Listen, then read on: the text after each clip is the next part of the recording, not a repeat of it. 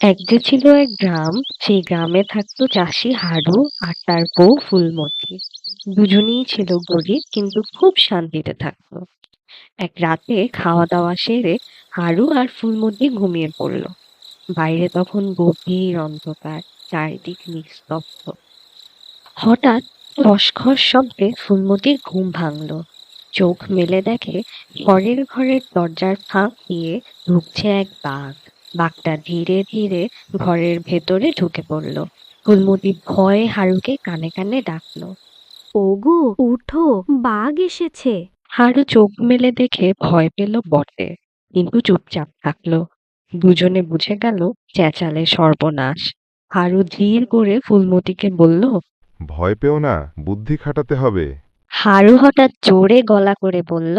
এই ফুলমতি, আজ কিন্তু তৃতীয় বাঘটা এলো, আর জায়গা নেই। ফুলমতি সঙ্গে সঙ্গে বুঝে নিয়ে বলল। হ্যাঁ গো, আগের দুটো খেয়েই তো পেট ভরে গেছে।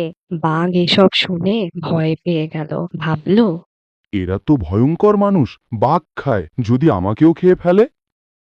বাঘ সঙ্গে সঙ্গে লেজ গুটিয়ে ধপাধপ করে জঙ্গলমুখী দৌড় দিল।